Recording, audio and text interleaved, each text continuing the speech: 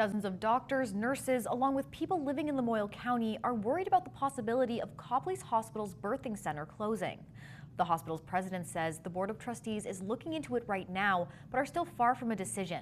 Fox 44's Matt Holderman details the situation and the controversy it's causing.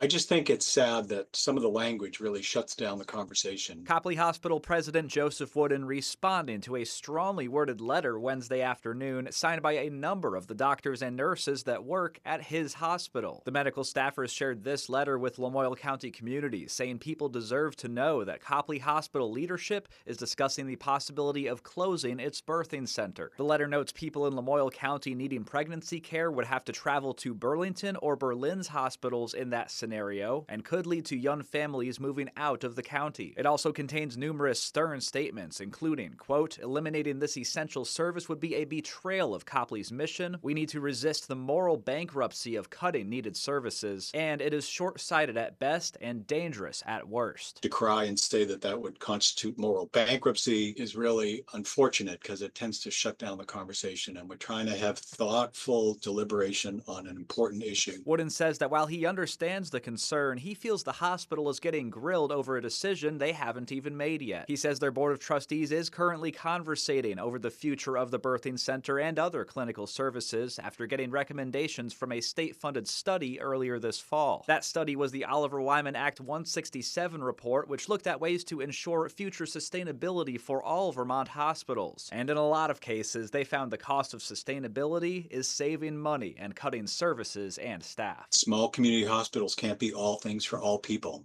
So there at times need to be some tough decisions as to what's best and what can we sustain, and working together. Wooden notes that although the hospital's board is considering the study's recommendations, it doesn't necessarily mean they will act on them. He says it ultimately comes down to a combination of what's best for the hospital and for the community. A decision of this magnitude, which is really quite significant, is really something that the board needs to decide. The board representing the community, they're all community volunteers on the board. In Morrisville, Matt Holderman, Fox 44 News.